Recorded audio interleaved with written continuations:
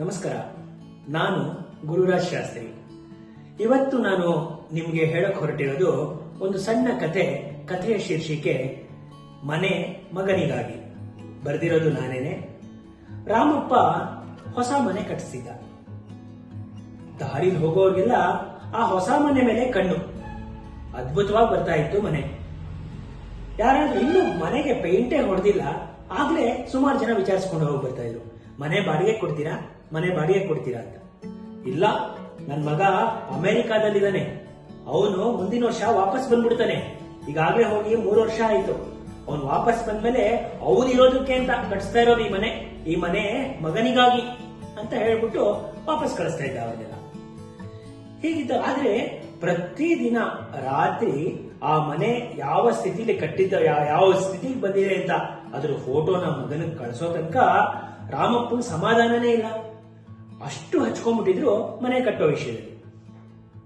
ಹೀಗೆ ಮನೆ ಕಟ್ಟಿ ಮುಗೀತು. ಆಮೇಲೆ 1-2 ತಿಂಗಳಾದ್ಮೇಲೆ ಅಮೆರಿಕದ ಮಗ ಶ್ಯಾಮನಿಂದ ಫೋನ್ ಬಂತು.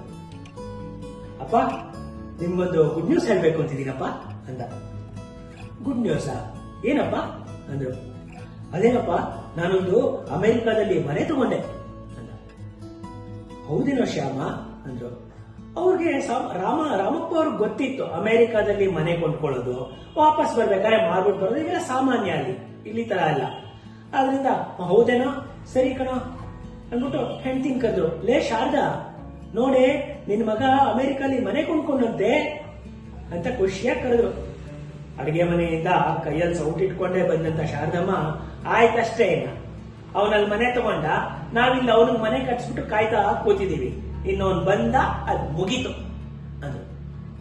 ಏನೇ ಹಾಗಂತ್ಯ ಶ್ಯಾಮ, ನಾನು ಸ್ಪೀಕರ್ ಫೋನ್ ಆನ್ ಮಾಡ್ತೀನಿ, ನೀನೇ ಹೇಳೋ ನಿಮ್ಮ ಅಮ್ಮಂಗೆ ಈ ತರ ನಾನಲ್ಲಿ ಮನೆ ಕೊಂಡ್ಕೊಂಡಿದ್ದಕ್ಕೂ ಇಲ್ಲಿ ಬೆಂಗಳೂರು ವಾಪಸ್ ಬರೋದಕ್ಕೂ ಸಂಬಂಧ ಇಲ್ಲ, ಬರ್ತೀನಿ ಅಂತ ಹೇಳೋ ಅಂದ್ರೆ ಆ ಕಡೆಯಿಂದ ಶ್ಯಾಮ ಹೇಳ್ತಾನೆ, ಇಲ್ಲಪ್ಪ, ಸ್ವಲ್ಪ ಜಾಸ್ತಿ ಸಾಲನೇ ತಗೊಂಡ್ಬಿಟ್ಟಿದೀವಿ ಮನೆ ಕೊಂಡ್ಕೊಳ್ಳೋಕೆ, ಆದ್ರಿಂದ ಒಂದು 10 ವರ್ಷನಾದ್ರೂ ಕೆಲಸ ಮಾಡ್ಬೇಕಾಗತ್ತಪ್ಪ ಇಲ್ಲಿ ಅಂದ.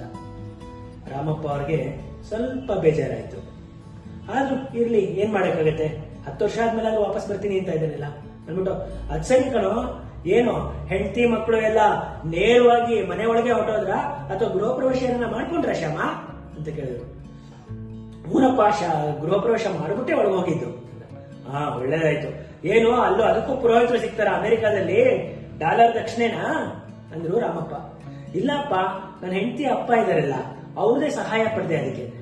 ಓಹೋ, ಇಲ್ಲಿಂದ ಗೃಹ ಪ್ರವೇಶ ಮಾಡಿಸಿದ್ರು ಆನ್ಲೈನ್ ಅಲ್ಲಿ, ಎಂತ ಕಾಲ ಬಂತಪ್ಪ ಅಂದ್ರೆ.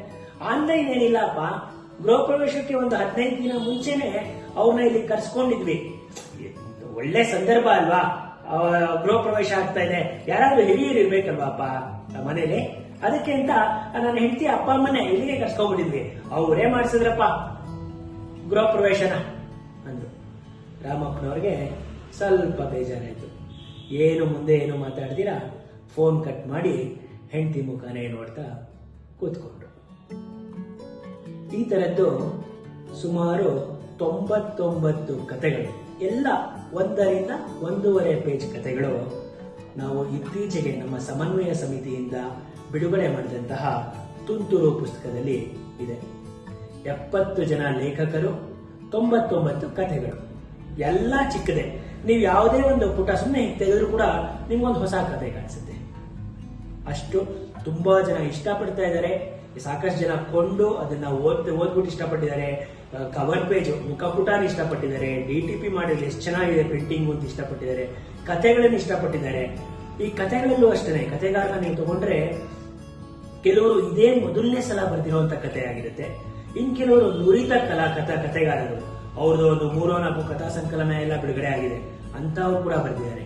ಅತ್ಯುತ್ತಮವಾದ ಕಥೆಗಳು, ನಿಮಗೆ ಸರಾಗವಾಗಿ ಓದಿಸಿಕೊಂಡು ಹೋಗುವಂತಹ ಕಥೆಗಳಿರುವಂತಹ 99 ಕಥೆಗಳಿರುವಂತಹ ತುಂತುರು ಈ ಪುಸ್ತಕವನ್ನ ಪ್ರಕಾಶನ ಯಾರು ಮಾಡಿದ್ದಾರೆ ಅಂದ್ರೆ ನಮ್ಮ ಸ್ನೇಹ ಬುಕ್ ಹೌಸ್ ಅವರು.